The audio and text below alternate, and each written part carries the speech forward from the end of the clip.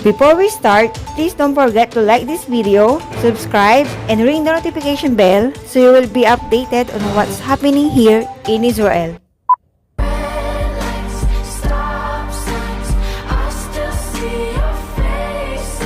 Hello, Kabilabs! Okay, so this topic is continuation na ng ating napag-usapan kagabi. So today is Sunday, May 16.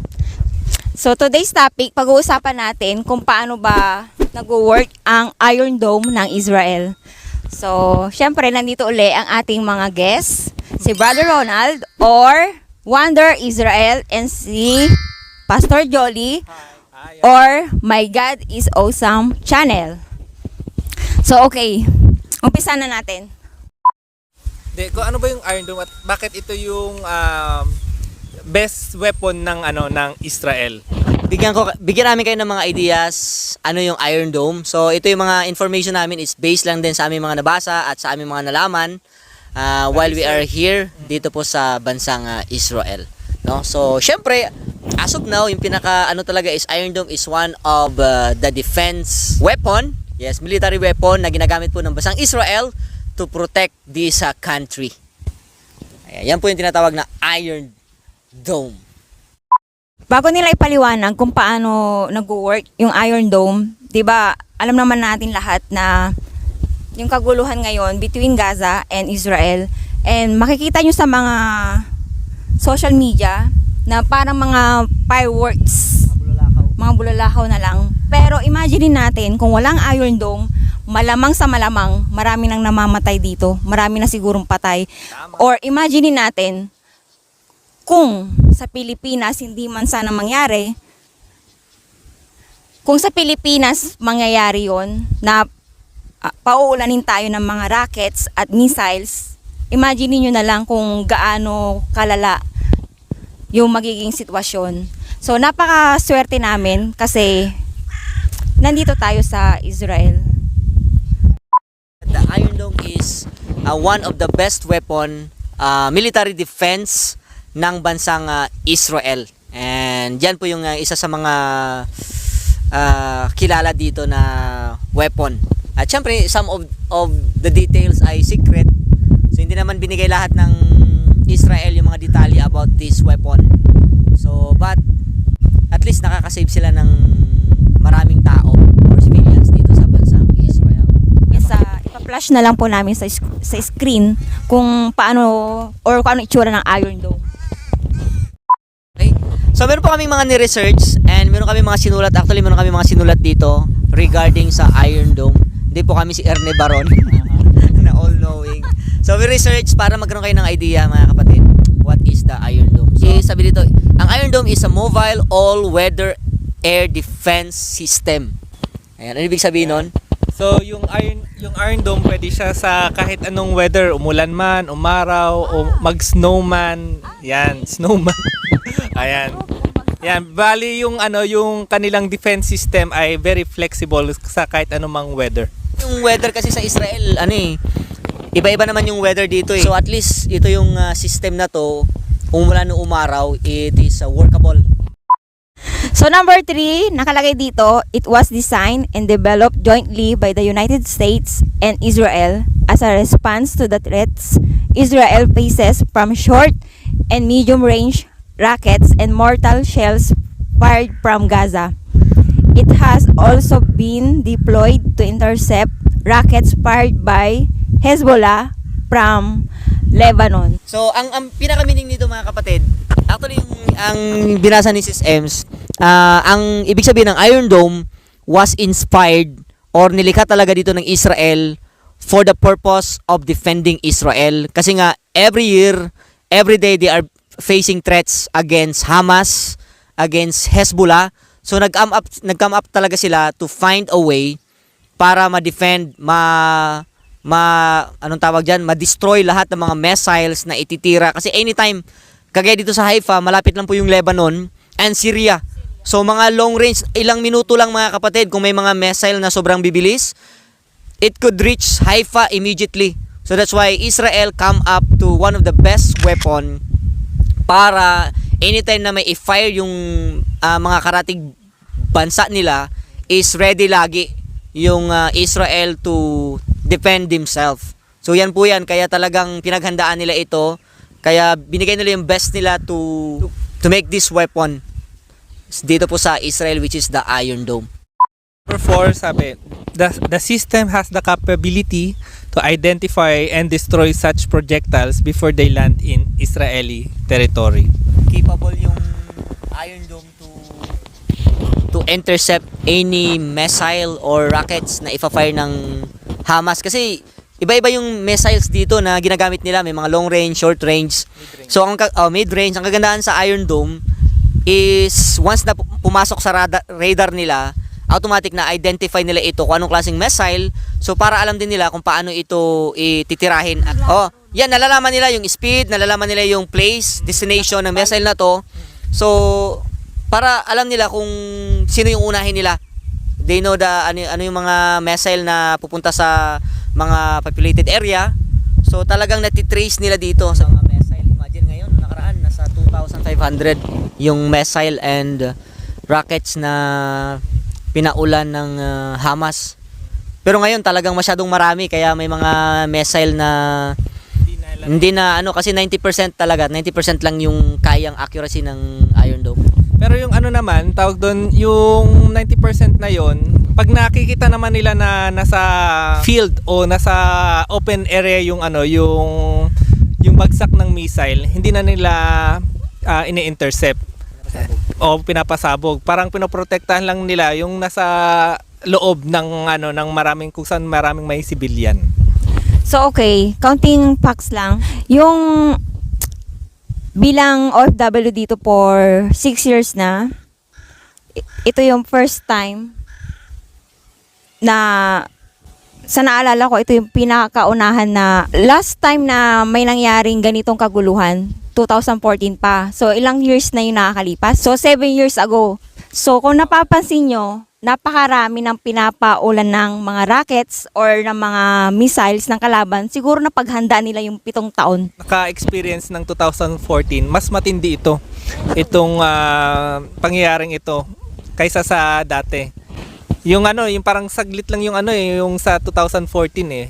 Unlike dito, sunod-sunod everyday, madaling araw. Paghandaan nila talaga yung pagtira ngayon sa Israel. Kasi siguro nagkaroon sila ng strategy, kasi last time 2014, marami talaga na intercept.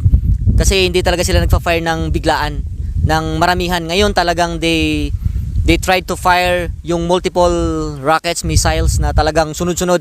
Sobrang dami, kaya talagang nagulat din yung Israel. Kaya may mga missile talaga na hindi lang naiwasan na pumasok sa mga populated area.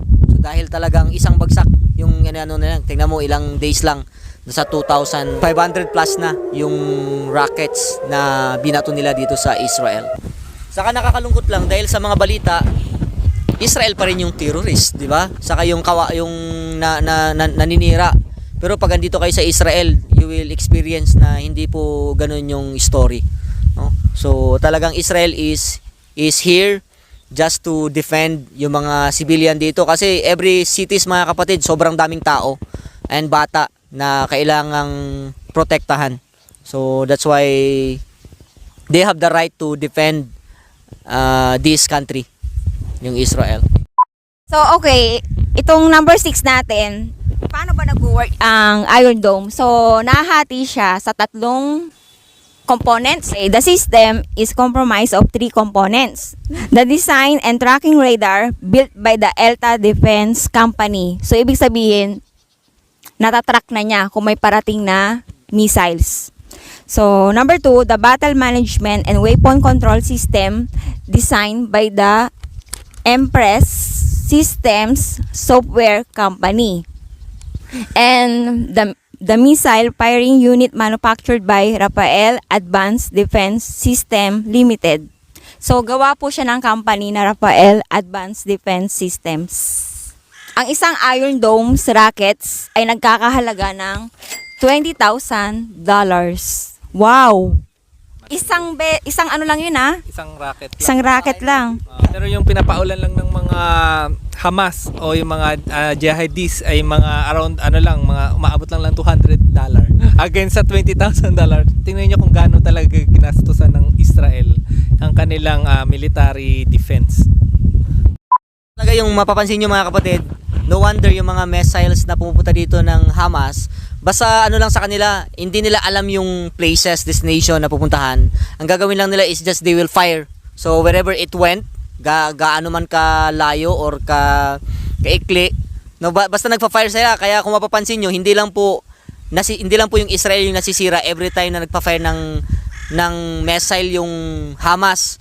Mostly yung nasisira rin po yung Gaza. Kasi nga there are some missile na hindi po umaabot mismo sa Israel, kundi doon po mismo lumalapag sa Gaza. Kaya ang problem, once na may namatay sa sarili nilang missile, kininikredit nila sa Israel na binomba daw. Pero mostly, marami pong mga fail na missile na nagfi-fail talaga at doon mismo sumasabog sa lugar ng Gaza. So ganun po yun. Kumbaga kung halimbawa, di ba, imagine natin pag nag-New Year sa atin. So, pag nagpaputok ka, minsan, di ba, hindi lahat pumuputok, di ba? So, ang nangyayari, ikaw yung nasasabugan. So, between 2008 and 2010, the Iron Dome system underwent a number of comprehensive tests and was declared operational in March 2011. April 7, 2011, the system successfully intercepted its first projectile, a rocket fired from Gaza toward Israel. So, kumbaga, Yung first.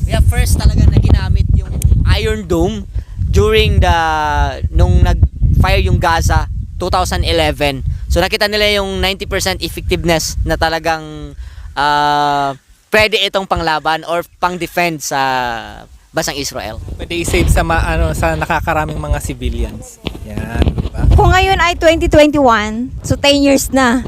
10 years na pala ang Iron Dome dito sa Israel.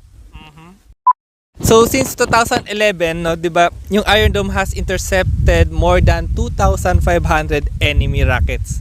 So more than 90% of those fired at Israel. Rockets. So 4,000, So, talagang 5,000 marami na. Sobra na. Sa kada container ng isang Iron Dome, lang siya lalaman lang siya ng 20 na missiles. Saka pag ito ginawa sa ibang bansa, ibang countries, for sure there is already war.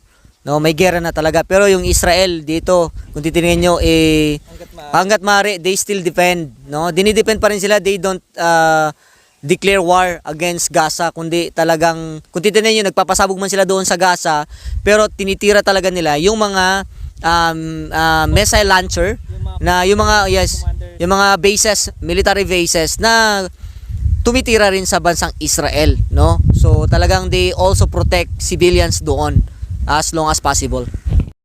So mostly may mga napapanood kayo ng mga balita na yun nga, maraming pinapatay yung Israel, at saka may mga balita, mga kapatid, na kulang po silang magbalita and nagiging bias.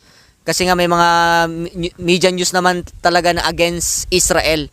So kung gusto nyo pong malaman yung katotohanan, the story behind all of those videos na napapanood nyo, panoorin nyo po yung vlog namin. Gumawa po kami ng vlog namin regarding sa Yung part 1. yes, kung sino po yung nauna, sino mo talaga yung pinagmulan ng kaguluhan dito sa Israel, ano yung nangyari. So para hindi lang po tayo basta-basta mag-comment, kasi marami tayong nababasang comment sa Pilipinas regarding sa Israel, na ang Israel napaka-brutal, terrorist, mamamatay tao, mamamatay ng mga civilian. So panoorin niyo po mga kapatid yung aming vlog, and para malaman niyo po yung katotohanan na talagang hindi po ganoon yung Israel, no? So and Israel has all the right to defend all the civilians dito po sa Israel. Lalo na po, ang dami po mga kababayan natin Pilipinos dito na caregiver na nagtatrabaho, na kailangan hindi lang i-protect. So yung Iron Dome din, mobilize siya kahit saan siya pumunta, kahit saan siya ilagay, very flexible. Mapa-ere man, mapa-barko man, pwede siya dalhin. Yan. Kaya makikita nyo yung LL, meron yung missile defense system. LL? Meron, may Iron Dome din sila. Yung LL po ay airlines po yun ng Israel. Yan yung flag carrier ng Israel, yung LL. Kasi syempre, pag alam na Israel plane yung yung dumadaan, in case na matumbukan ng ng kalaban yun, at least may pang-intercept din yung airplane na yun. Kaya yun yung airplane na yun ay pinaka-safest sa buong mundo, yung El Al. Tingnan nyo, lahat naman, it's for defense. Even the IDF, yung mga sundalo, mga kapatid, they are trained not to make war, to make offense, but to protect for defense. Kaya nga IDF, Israel Defense Force. Kaya pag dito kayo sa Israel, mapapansin nyo mga kapatid, mostly, once na lumalakad kayo dito, marami kayong nakikita ng mga soldiers na may dalang weapon. At kung titignan nyo, lahat ng mga magazines nila, nasa labas yan. It's outside. Wala pong nakaloob ka agad nakapasok. Maliban na sa mga borders na dangerous area. Pero dito sa mga cities, nasa labas po lahat ng magazines. Why? Para po kung may mga magpaputok, may away, ibig sabihin, they are not the first persons na nagsimula nun. Kami po malayo po kami sa Gaza, which is yun po ngayon sinisimula ng kaguluhan, yung mga Hamas doon. So dito man sa Lebanon yung Hezbollah, pero at least praise the Lord na hindi pa naman sila nagsisimula ng missile. Meron po dito nagpadala 3, pero hindi na po dito nagserena kasi alam ng Israel na babagsak lang naman sa Mediterranean Sea.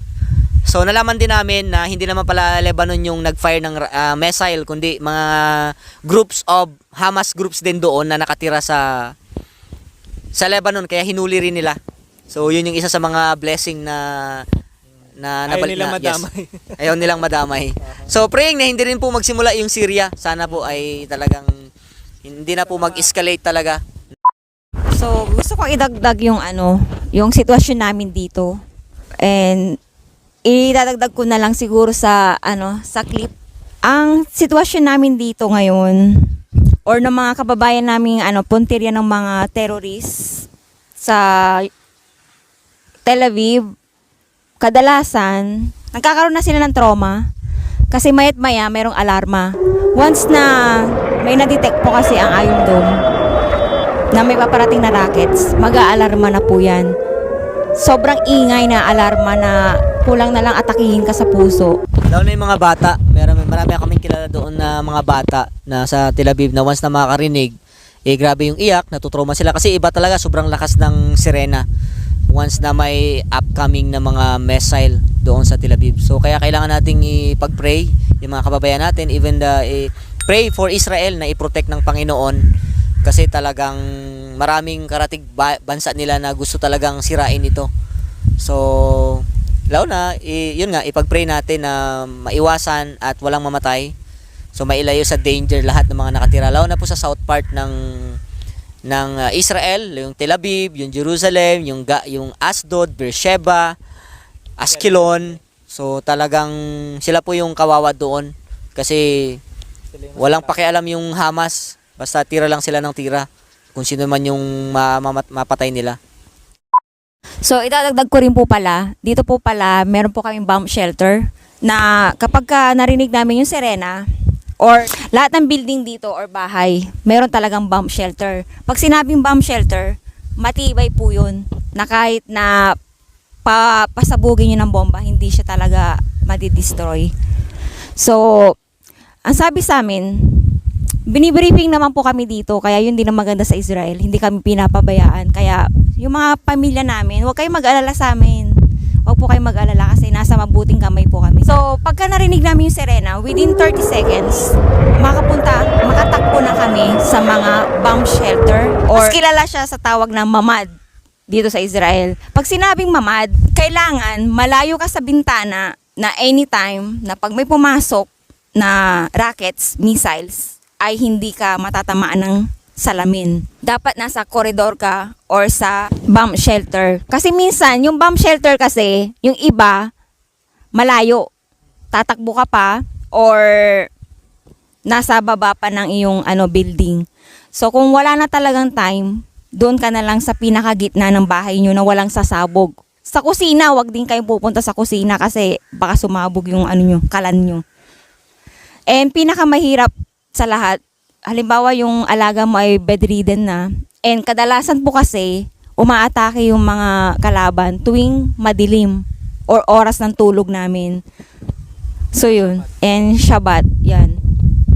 Kaya yun, nagkakatrauma na yung mga kababayan natin dito. Isa pa pala yung kagandahan dito sa Israel kasi nga meron silang application dito sa cellphone na nade-detect na sisend kaagad sa mga tao kung saan yung mga upcoming missiles. So napaka-updated nila dito. So nawawarningan kaagad lahat ng tao. Nakikita mo kaagad kung saan patungo yung mga missiles na tinira ng Hamas. So kaya at least nagiging aware yung bawat isa. So actually dito kami ngayon sa labas, nasa park kami. Yung situation namin dito sa Haifa, every day, every morning, maayos naman, matiwasay. Normal, wala kang makikita ang tension. Pero paggabi, medyo nagkakaroon ng takot. Kasi nga may mga places talaga na doon sila lumalabas paggabi. Yung mga nanggugulo, is may mga area dito na minsan kinakabahan na nga yung mga taxi, mga bus driver kasi dahil sa mga pangyayari na nagaganap every night. Pasaway pala dito mga naninira is hindi naman sila mga matatanda na mga young, very young, mga young Arab or may mga kasama rin mga Jewish, no, gumagantihan sila. So hindi na nakikialam mo sila yung mga matatanda na kasi gusto naman nila dito yung kapayapaan. Medyo ang mga kabataan kasi sila pa medyo nabe-brainwash ng mga yung mga Hamas leaders. So nabe-brainwash pa sila to make chaos dito sa Israel. Kaya kung mapapansin nyo, talagang puro mga teenagers ang mga nambabasag dito ng mga tindahan. So, advice na lang po namin sa mga kapwa naming OFWs dito bago natin tapusin tong video. Advice natin siguro sa mga kababayan natin, minsan iwasan din natin yung sobrang post na mga videos na talagang yung parang nagkukos ng fear and takot sa ating mga kapwa caregiver. At hindi lang yun, kundi pamilya natin sa Pilipinas kasi masyado silang natutrauma. Meron nga ako na nakilala na nahimatay yung nanay niya kasi akala niya binubomba niya yung anak niya dito sa Israel. So, piliin natin yung mga posts. Kung hindi rin naman ito nakakatulong, wag na lang natin i-public. Kung meron tayong gustong i-remind, ano na lang natin siguro, personal. Sendan na lang natin privately. Kasi andyan naman yung mga news para wag masyadong mag-cause ng takot. Nga rin nila nakikita yung kagandahan or may mga positive side din naman na nakikita na pinoprotekta na ginagawa rin naman ng Israel yung best nila to protect us dito. So, kasi may mga area rin naman dito na safe pa, 'di ba? Sa Israel, may mga area rin naman talaga na may kaguluhan. So, iba yung ingat na lang sa ating lahat. And yun nga, i-comfort na lang natin yung mga family natin sa Pilipinas na we are safe here kahit na ganun yung sitwasyon ay safe pa rin naman tayo dito by the grace of God. Safe po kami dito.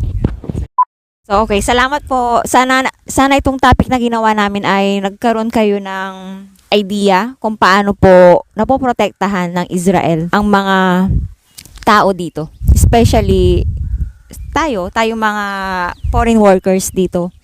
So, ginawa namin tong topic na to para hindi na masyadong mag-alala yung pamilya namin, mga kaibigan. Okay po kami dito. Nasa high-tech po tayo na bansa.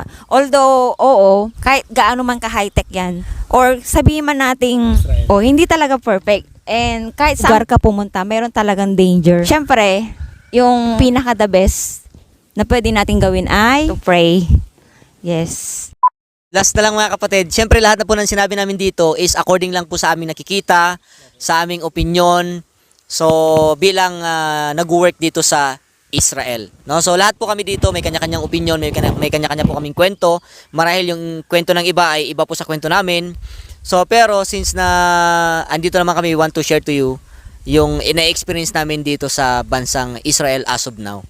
So ayan lang po mga kapatid. Good. Okay, bye! Don't forget to like, share, and subscribe! Salamat, JUANder Israel, and my God is awesome channel. Bye! Ingat po kayo! Before we end, please don't forget to like, share, and subscribe to my channel, and see you next time. Thank you for watching!